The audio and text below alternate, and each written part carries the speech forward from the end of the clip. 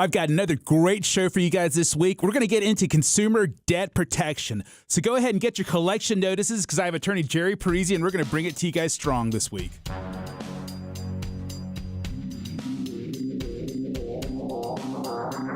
Welcome to Lewis on the Law.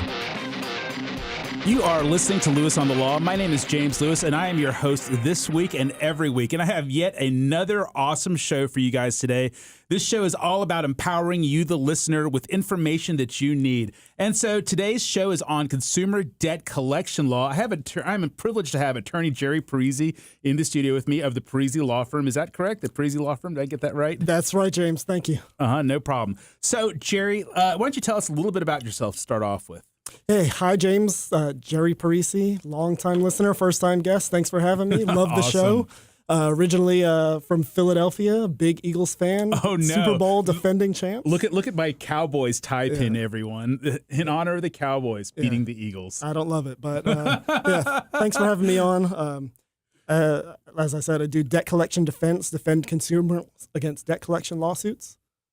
Okay, cool. So debt collection lawsuits. Now, I don't think anyone ever thinks about them defending themselves against debt collection lawsuits. I think this show is really timely because this is the time of year where people really begin to crank up their bills, buying extra presents, trying to live beyond their means. So when you're talking debt collection lawsuits and defense against that, what are you talking about? Yeah, James, mostly consumer debt collection. So consumer debts, that could be anything from, mostly we see credit card debt is the vast majority of all these lawsuits.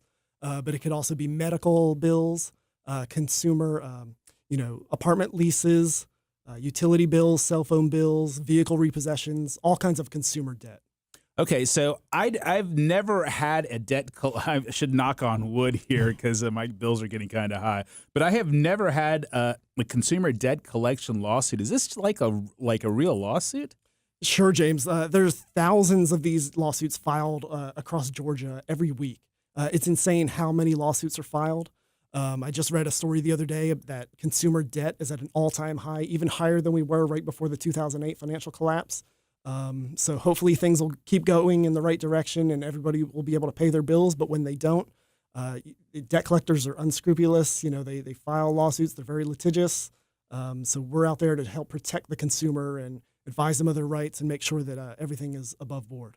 I don't think that a lot of people know that you can actually battle these debt collectors. Yeah, James, that's one of the problems. Most people that I find assume that A, they'll either lose the lawsuit because they had the debt at some point, or B, it'll be too difficult to hire an attorney.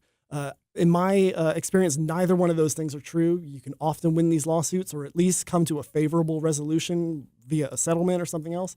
And most attorneys that practice in this area are very affordable, offer flat fee rates, and can work with consumers to come to a resolution. Yeah, that's something you really don't think about because usually, when you have credit card debt, you think of I'm a goner. I spent the money, I did the crime. Now it's time to serve whatever sentence is going to be thrown at me. Exactly. Unfortunately, in this industry, a lot of times debt will be sold off from the original creditor to a third-party debt collector, and that's really where you can win a lot of these lawsuits. So I'd like to discuss that more in depth later on in the show, but that's really the distinguishing between who the plaintiff is, whether it's the original creditor or a third-party debt buyer, is really key to whether you've got a strong defense or not. Okay, well, we're definitely going to get into that because that's going to be the meat of what we're about to talk about here. Sure. But when you're talking about a lawsuit, I mean, this still surprises me. Do they act? Because I've gotten, I've got back in the past before I'd straightened my life out, I used to have debt collectors haunt me all the time and they'd send me notices. Is that what you're talking about? Or did they actually file serve you with papers? Yeah, so it's not just the notices. It's not just the phone calls. When they deem it that it won't be collected voluntarily, when you're not going to just give them the money, they often file a lawsuit. So filing the lawsuit isn't the problem. It's once you've been served with a lawsuit that really kicks in your responsibility to file an answer and to try to fight the lawsuit. Yeah. Okay. So a sheriff or a private process server will come to your house. Really, there are different ways to serve a lawsuit. The two, I guess, most popular are personal service, where the sheriff just hands you the lawsuit, the summons and complaint, or notorious service, where the sheriff will hand it to someone, I think it's of suitable age, at your residence who resides there, who lives there. And if they don't do it that way, if they hand it to your aunt who's just visiting for Thanksgiving, that's a problem. So we can help fix hand that. it to your crazy aunt? No, if she lives there and she's of suitable age, that's okay. If she's just in town visiting for Thanksgiving, that's a problem, and we can fix that. There's other ways they can effectuate service as well, tack and mail, things like that. But personal and notorious service are the two very common ways to serve a lawsuit. So they actually serve you with a notice. Now, okay, besides ruining your credit, what kind of bad things can happen here? Yeah, so if you lose a judgment, if you got a default judgment against you, really, because you would think, okay, it's a debt collector. I don't care. I'm just gonna, because this is what I used to do. Literally, I used to just ball it up and throw it in the trash can. I'm like, I'll deal with that later. Yeah, and unfortunately, you can deal with those notices later, but when the lawsuit is filed, you've got 30 days to file your answer. If you don't file your answer within 30 days, we can kind of get you out of it if you come to us quickly. If you just forget about it completely and that deadline passes, you never get a hold of it, you never fight it, default judgment will be entered against you. And then the judgment creditor can then go get a writ of fieri facias. I don't know if I said that correctly, but it's a FIFE. And the FIFE then records a lien on all your property within the state. And that's really the kicker. So then they can take that FIFE and garnish your wages, garnish your bank accounts, foreclose on your personal property and your real property as well. Put a lien on your house. Yeah. Well, those are some serious consequences. Yeah, and it lasts for. Unfortunately, these things last forever. So a judgment in Georgia will last 7 years, but every 7 years they can renew that judgment. And so basically they can keep renewing it forever, and there's no time limit. So they'll wait until you get a job, they'll wait until you have some assets, and then they'll pop up and try to enforce that judgment. That's really, so a lot of people will let these things go thinking, well, I don't have any money, maybe I don't have an income, maybe I'm not, working right now, but 20 years down the road, that thing could come back and bite you in the butt. So that's when you want to get on top of it before you lose the judgment. That sounds exactly like me because, I won't say how long ago, but years ago, I had nothing, maybe a pair of tennis shoes and a couple of cut up T-shirts. And now, me and my wife, we have a house. I know. I know you're doing it big, James, and you got a fancy suit and a nice Cowboys pin. So maybe that judgment creditor will pop up one of these days. Yeah. Well, hopefully it's all in the past for me. Yeah. Okay. So really, what are we talking about on cost here? I mean, what does it cost to have an attorney defend you in this? You really want to. The legal profession is going the way of the medical profession. You want to find somebody who specializes in what your problem is. You wouldn't go to a cardiologist when you have a broken arm. So don't go to a personal injury attorney when you've got a debt collection issue. And the debt collection defense attorneys, most of the ones in town are great. They do affordable flat fees in almost every case.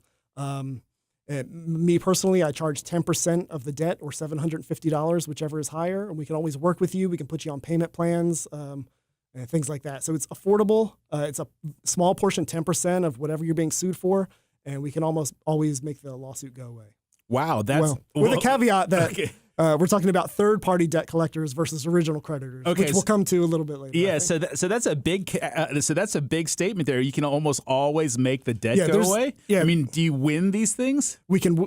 Sometimes we win them. Sometimes we get a mutual dismissal. But virtually none of our clients have ever had to pay a third-party debt collector a dime.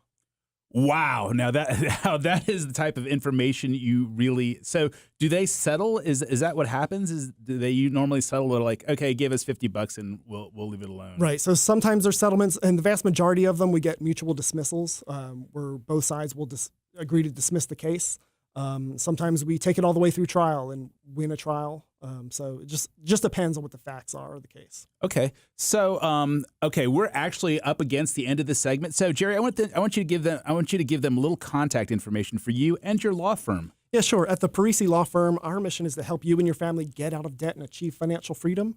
So you can give us a call at 404-594-5130 or find us online at parisifirm.com. Schedule a free consultation. That's Parisi Firm, PARISIFIRM.com. You're listening to Lewis on the Law. My name is James Lewis, and I am your host this week and every week. And this show is not a show that we don't give you legal advice here. What we do is we're bringing you legal information. This show is designed to empower you. It's your first step in the legal process. If you don't know what to do with a legal issue, eventually you can go to my website. All my shows are archived there. Every single legal topic that you can possibly think of will eventually be on my website.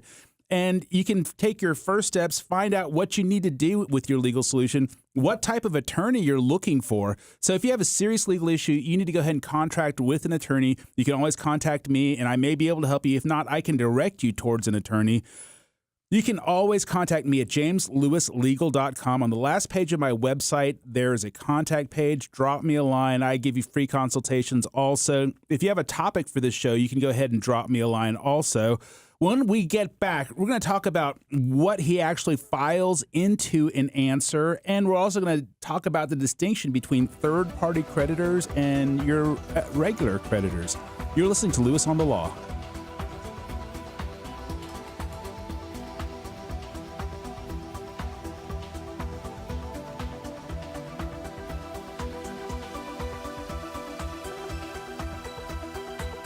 You are listening to Lewis on the Law. My name is James Lewis, and we have yet another awesome and informative show for you guys today. We are talking consumer debt collection law. Jerry, do I have that right? Am I saying that right?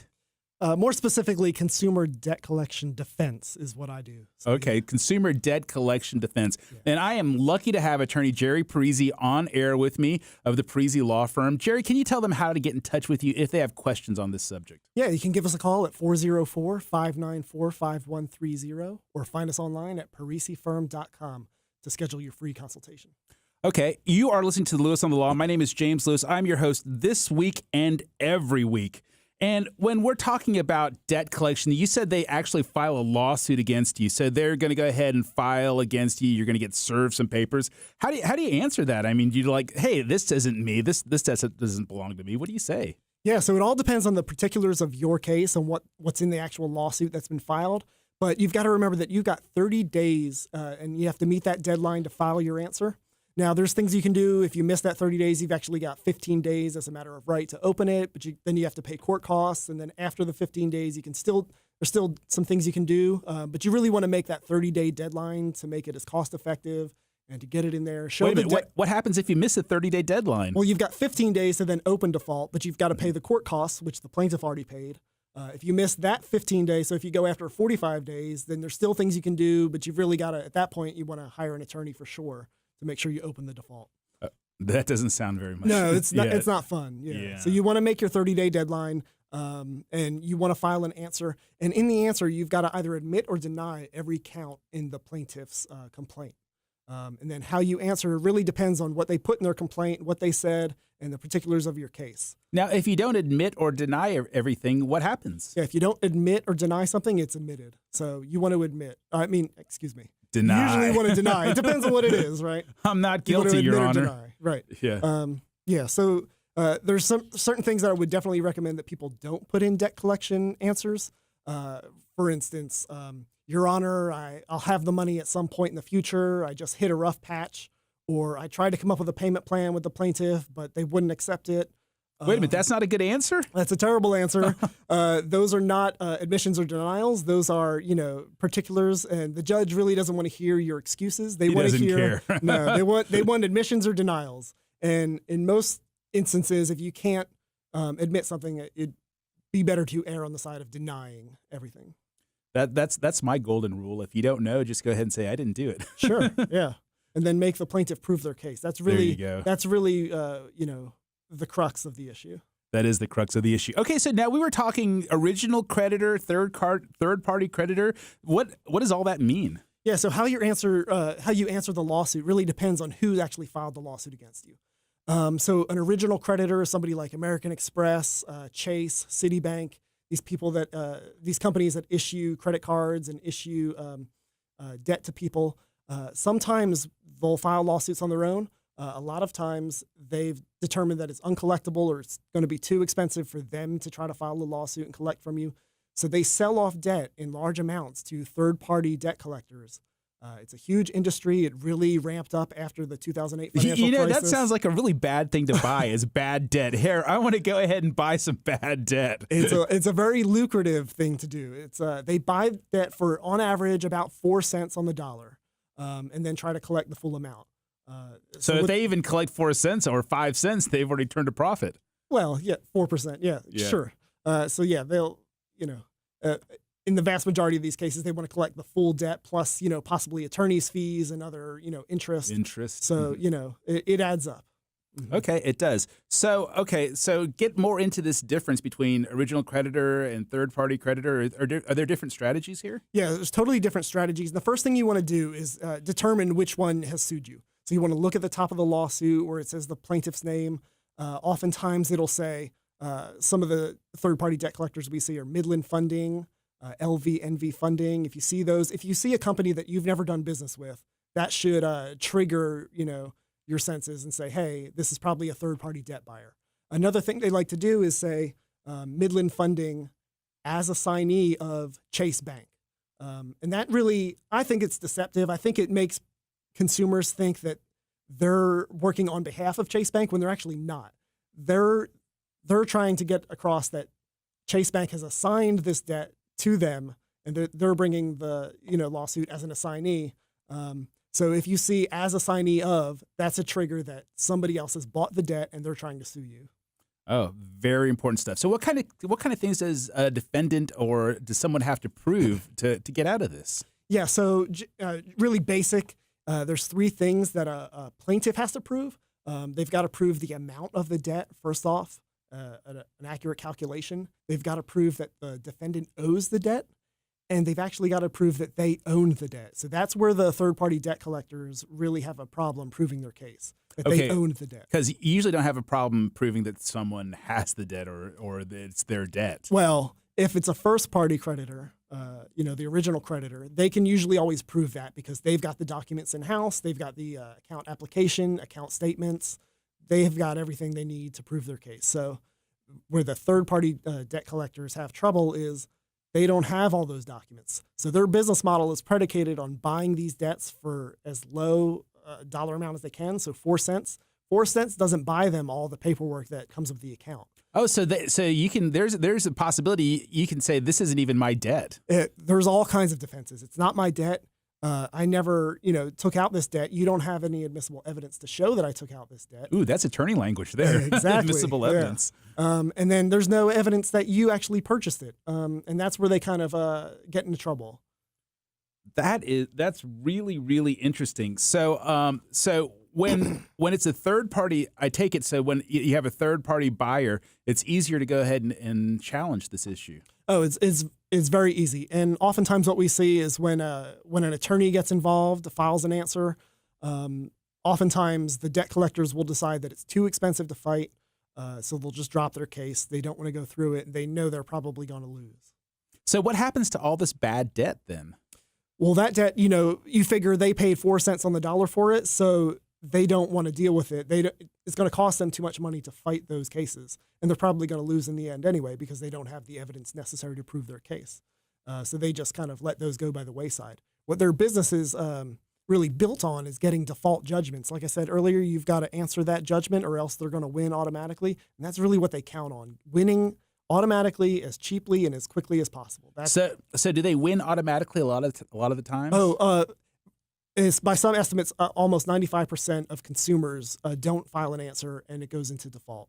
So 95% of cases, the debt collectors do win. And that's because most consumers think that as soon as they get this, they're a goner. I mean, first, when you said that, I immediately thought, well, okay, you're going to lose on, does the debt belong to you? But you're like, you can actually defeat that. Do they own the debt? And so I think there's a lot of elements that you think you would automatically lose on, but you're saying that you can actually win on those elements. Exactly. And we want to educate consumers and let them know that just because somebody sued you, it doesn't mean it's the end of the world. You've got options, you've got defenses, and we can walk you through all those steps, tell you, give you an accurate and honest assessment of your case and tell you what we can or can't do for you.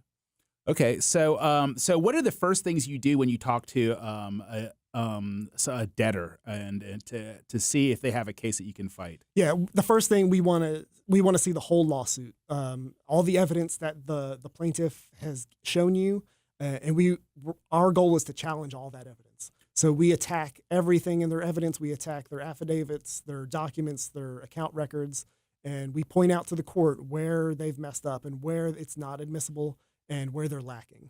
Okay, so this brings me to a kind of, and maybe we'll just touch on this briefly, but where does student loan debt fall into all of this? So student loans, everybody's got one, unfortunately, it seems like. And most people think there's nothing they can do. It's not dischargeable in bankruptcy right now, except for under very limited circumstances, which it almost never applies, it seems. But there is some things you can do with private student loans, particularly if you've been sued by a company called National Collegiate Student Loan Trust. I advise you to give us a call or any other consumer protection attorney, and they can walk you through your options and give you an accurate and honest case assessment. Okay, so wait a minute. Are they a third-party lender? So or buyer? National Collegiate Student Loan Trust is actually a trust that packages loans. And it gets really fuzzy. And a lot of times they package these loans into trusts and then they sell the trust to investors. And it gets really fuzzy which trust your actual student loan belongs to. So when they bring their cases, they often have trouble proving which trust should have brought the case. And then there's things that a good attorney can do to help you out. Okay, so I always get these. Oh, you know what? We're up against it again. This segment went by really quickly. Jerry, once again, why don't you give them some contact information for you? Yeah, thanks. At the Parisi Law Firm, we love helping people get out of debt, defeating debt collection attorneys. You like putting it to these guys, huh? Hey, it's my passion. Besides rooting for the Eagles. But you can give us a call at 404-594-5130 or find us online at parisifirm.com to schedule your free consultation. You're listening to Lewis on the Law. My name is James Lewis. I am here. I come to you this week and every week to bring you legal information. This show is not designed to replace the advice of an attorney. If you have a serious legal issue, you need to go ahead and contract with an attorney. What we want to do is we want to empower you with legal information to help you solve or at least begin to work your way through your legal problem. Once again, you can contact me at jameslewislegal.com. You can email me at james@jameslewislegal.com. And if you have a question or a topic that you'd like to hear on this show, go ahead and drop me a line on my contact page. Email me. You can give me a call at 404-610-0075. And if I don't know the topic, I'll bring an attorney on who actually knows something about the topic or who specializes, like Jerry does here, in the topic, and we will talk about it on air. Once again, you're listening to Lewis on the Law. We've got another great segment coming up for you next.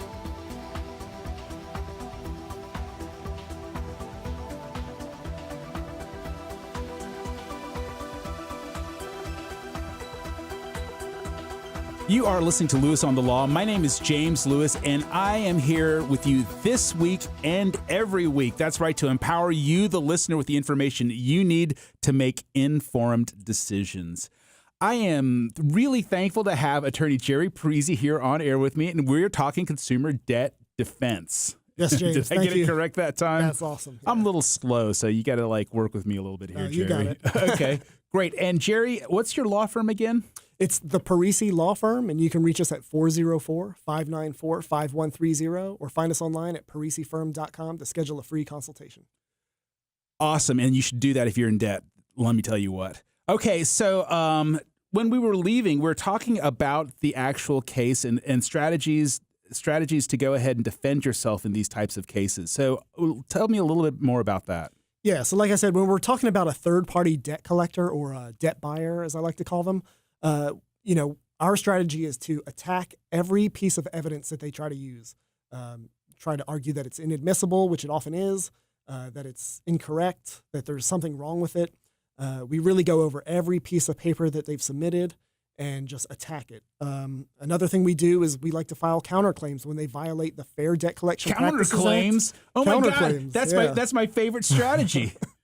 Great. So counterclaims under the Fair Debt Collection Practices Act, which is a big one, and sometimes the Fair Credit Reporting Act and the Georgia Fair Business Practices Act. Sometimes the debt collectors or debt buyers will violate those consumer protection statutes, but they're really designed to obviously protect the consumer.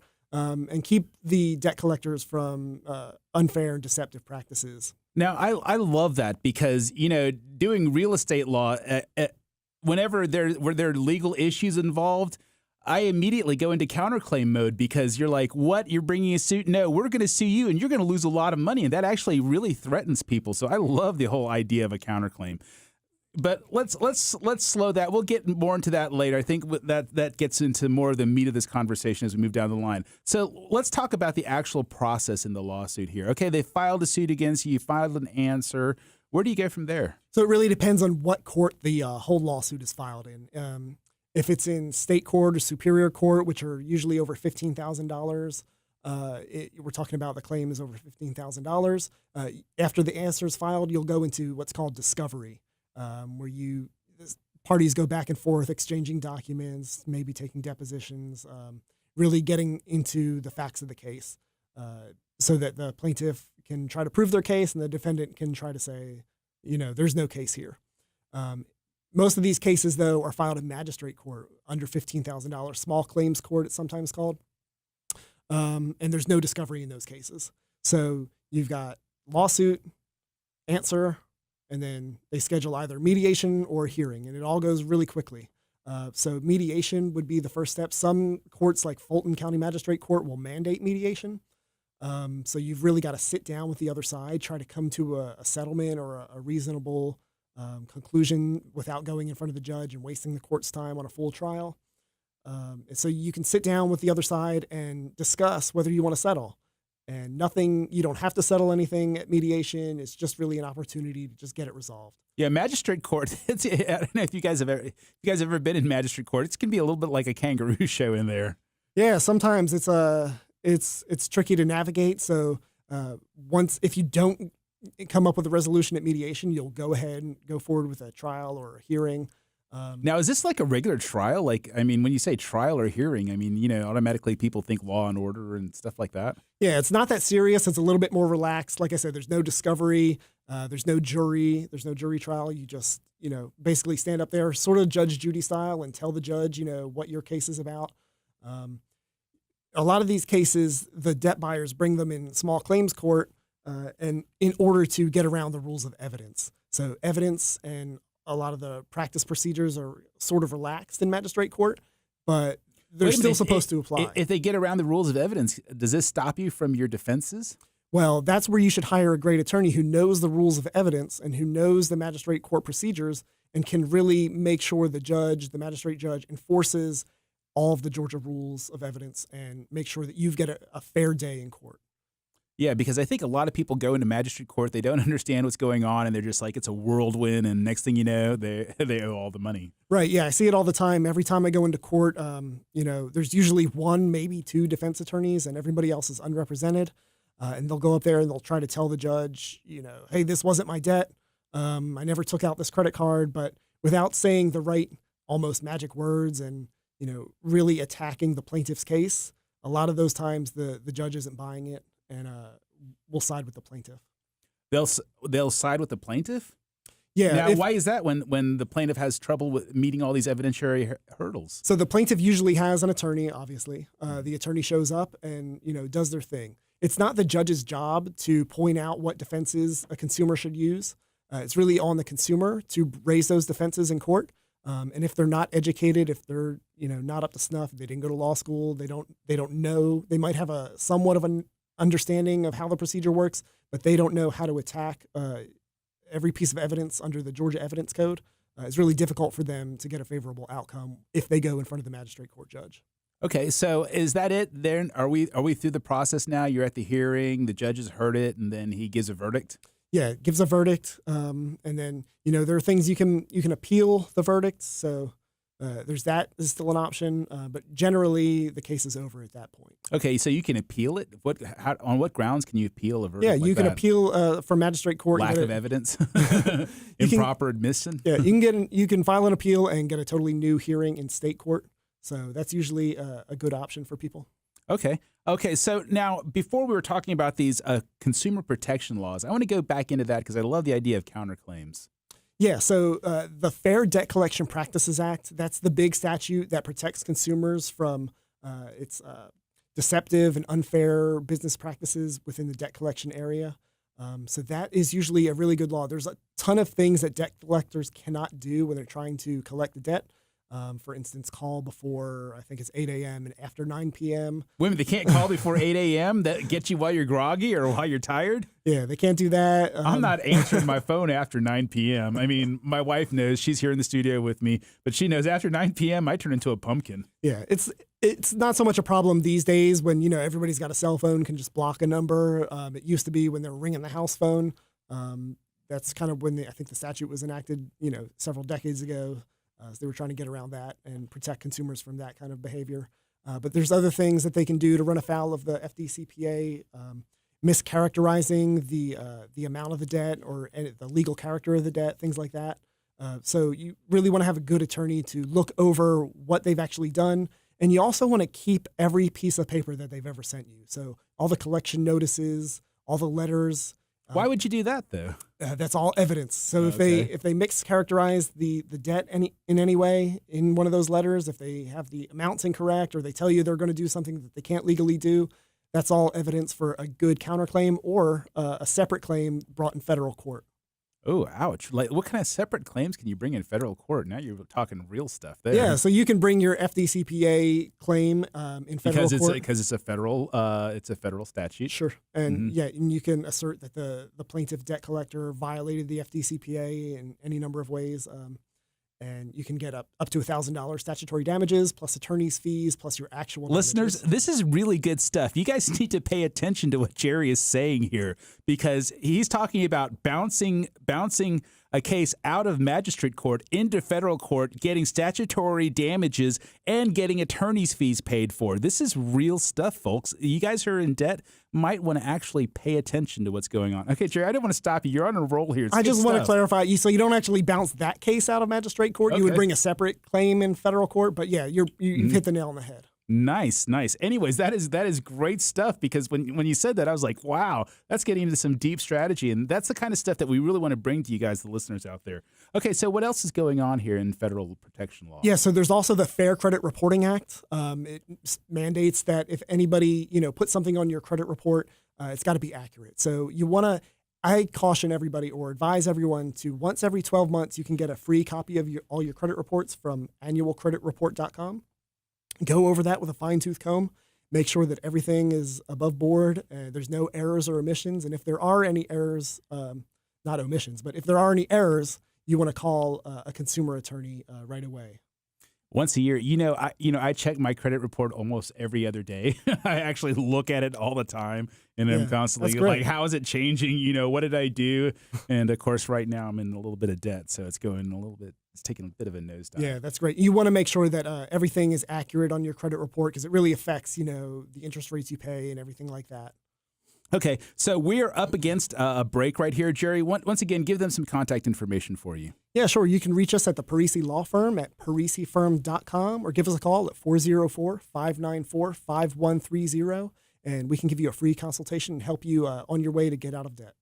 You're listening to Lewis on the Law. My name is James Lewis. I'm your host this week and every week here on Lewis on the Law. And this show is designed to bring you legal information to help you navigate your legal issue. It's not designed to replace the advice of an attorney. Don't use this show as legal advice. We just want to point you in the right direction. If you have an idea for the show, you can go ahead and contact me at jameslewislegal.com. If you have a serious legal issue, contract with an attorney. You can always contact me. I may be able to help you. If I can't help you, I can point you in the direction of an attorney who can help you. A lot of attorneys come on my show. You guys who listen know that there are different attorneys in different practice areas, and they come on and they can help you guys. It's always better to have an attorney represent you in a legal issue than try and go through a legal issue by yourself. We've got another awesome segment coming up, and we're going to kind of wrap things up, and we're going to go some other places, and Jerry's going to get into, because the stuff you got into that last segment was really, really good. You're listening to Lewis on the Law. We'll be back in a minute.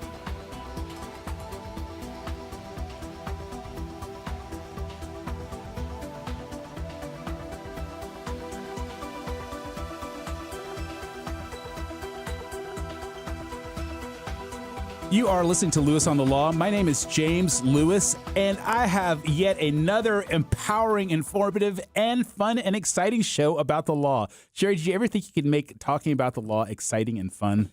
Not this fun, James, no. I know, and we're having a ball here because what we're doing is we're empowering you, the listener. And I'm glad to have attorney Jerry Parisi of the Parisi Law Firm on air with me, and we're talking consumer debt defense, basically. Am I getting this right? That's perfect. Yeah, you've gotten so much better every segment. Every segment, I'm just getting better. That's my goal in life, is just to continually progress as an individual. Yeah, I think you're almost there.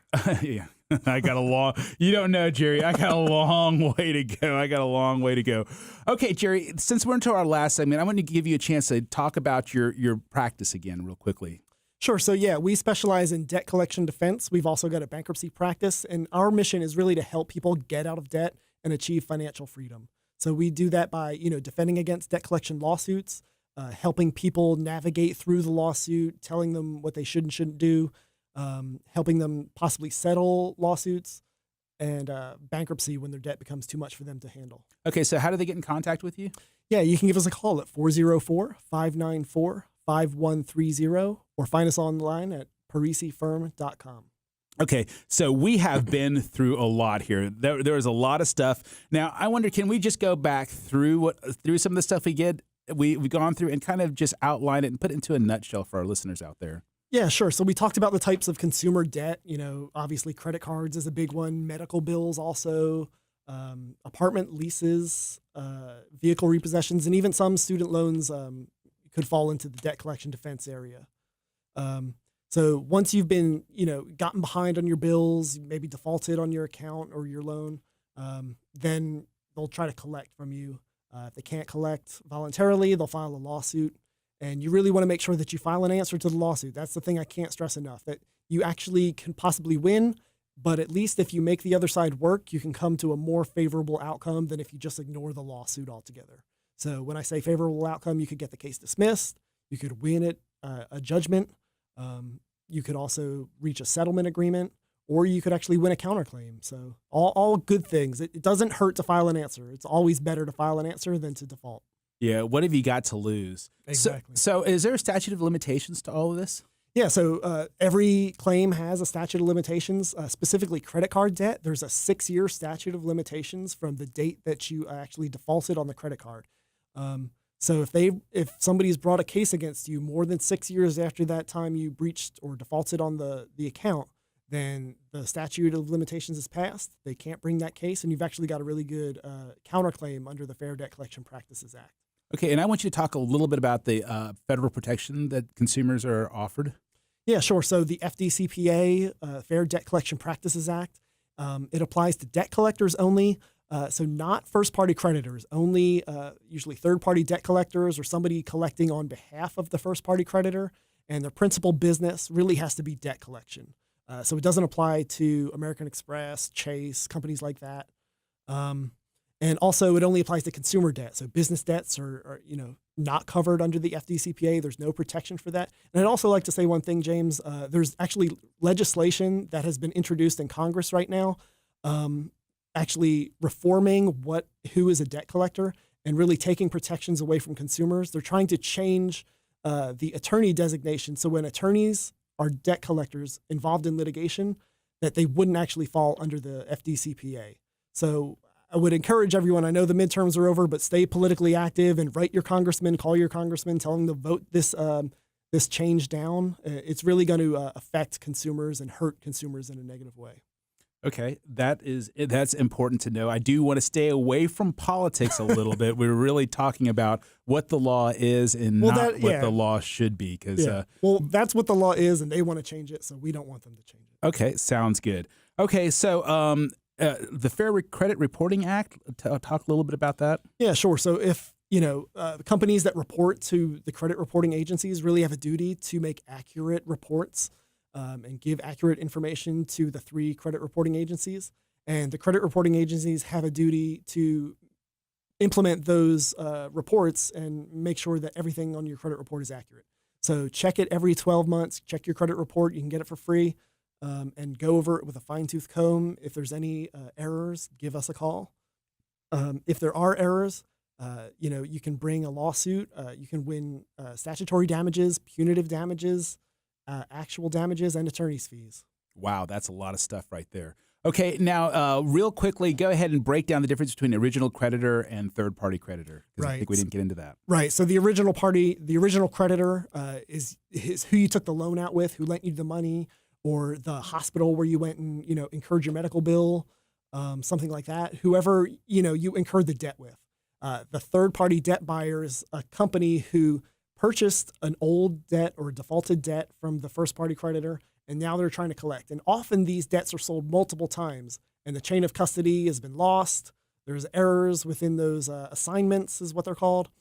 So if you get a lawsuit by a third-party debt collector, please, please, please don't ignore it and give us a call. Okay, so what can people do before they get to this crisis point? I mean, let's talk a little bit about some preventive measures. Right. So obviously, you want to get a handle on your debt. You want to make a budget. You want to attack, a lot of authorities say you want to attack the smallest debt first and do a debt snowball. So you want to pay off the smallest bills that you've got. Once you get that knocked out of the way, it does something psychologically. You get on a roll. They call it a snowball. You get on a roll? Yeah. Uh-huh. So you can pay your debt down like that. You can also call up your creditors, negotiate with them. Sometimes they'll negotiate, sometimes they won't. You can ask for lower interest rates or reduction in the principal balance. Kind of tell them your story, where you're at. And will they do that? Sometimes. It depends on how great of a customer you've been. So if you've been with the credit card company, the bank for a long time, possibly they'll work with you. A lot of times they won't, so that's where we get involved, but it's worth a shot. Now, if you get involved, can you negotiate some kind of deal before this? So if we get involved, we usually wait until a lawsuit's been filed. Then they'll negotiate with us. So that's really what we do. We make the plaintiff's attorneys work. We bring defenses, counterclaims, and we can usually negotiate a reasonable settlement, whether it's a first-party creditor or not. Now, are there companies that help with this debt resolution? Yeah, so you may have heard of debt resolution or debt relief companies. Yeah, I've had it like 1-800-DEBT-RELIEF, and I've seen stuff like that. I mean, what is that all about? Yeah, so generally I advise my clients to stay away from those companies. What they do is take your money, instead of paying your bills, they'll put your money into a trust account so that account can build up. In the meantime, you stop paying your bills. So all of your bills and all your accounts with your creditors go into default. Because they know, just like I told you, that those creditors aren't going to negotiate generally until you default and they think they're not going to get paid. Then they'll negotiate a settlement. So what the companies do is let you build up an account over here, stop paying your bills over here, and when this, your trust account gets high enough, they'll offer settlements to your original creditors, and that's really bad for you though, because then your credit is once again in the tank. In the process, your credit gets destroyed, James. And there's no guarantee that these companies will negotiate a successful settlement on your debt. So there's no guarantee. You pay them tons of money in fees. Your credit gets destroyed, and I advise my clients not to do it. Okay, that sounds like reasonable advice to me. So, let's talk a little bit about some other measures. I mean, I know you also do bankruptcy. Would you ever think about bankruptcy before we get to the lawsuit stage? Yeah. So, I mean, if you've got a large amount of debt, we at the Parisi law firm, we take a look at your whole financial picture. So, if you've been sued by a third-party creditor, a third-party debt collector, for a small amount, $1,500, we might charge you $750 to win the case. But you've got a whole financial picture where you've got $100,000 in credit card debt and medical bills and all kinds of stuff going on. In that case, I probably wouldn't advise you to pay us to fight the lawsuit. I'd probably advise you to take a good long look at bankruptcy. I know bankruptcy is a last resort for a lot of people, as it should be. But sometimes it does help, and sometimes it is the best thing for our clients. Okay, so bankruptcy, are there different types of bankruptcies that you can go through? Yeah, sure. There's the Chapter 7, which is usually sometimes called a fresh start plan, wipes away all of your unsecured debt usually. It's usually for people who don't have a lot of assets. That's where the Chapter 13 comes in. If you own a house, own a car, things that you want to keep, the Chapter 13 will let you get onto what's called a wage earners plan, pay back your creditors over a period of 3 to 5 years. And then after that, you get a discharge from the bankruptcy, and it wipes away the debt. Okay, so like once all this has happened and your credit has gone in the tank, How long does it take for this to clear up? How long does it take for your credit to heal itself? Yeah, so it all kind of depends on, what was on your credit report. But generally things come off 7 to 10 years after they were on there. So you've got a long ways to go, but just look at, life is long sometimes, and there is light at the end of the tunnel. So you really want to power through. There's light at the end of the tunnel. And then once you get into a lot of debt, sometimes it's hard to see that. Sure, but there's always things we can do. And at the very least, we can give you an honest and accurate assessment of your financial situation and what you should do and what we think might be best for you. Okay, Jerry, you have been a great guest. You brought us a lot of information, exactly the type of stuff that I like to do on this show. Jerry, give them some quick contact information for you once again. Yeah, thanks. At the Parisi Law Firm, we love helping people get out of debt and achieve financial freedom. It's our mission. And if you can give us a call at 404-594-5130 or online at parisifirm.com to schedule a free consultation. You're listening to Lewis on the Law. My name is James Lewis, and I am your host this week and every week to bring you legal information. This has been another great show. We've been talking about consumer debt protection defense. And next week, we have yet another awesome show for you guys. I have attorney Sasan Namat coming back on air, and we're going to talk about the due diligence process in real estate purchase. So you're listening to Lewis on the Law. We'll be back with you next week.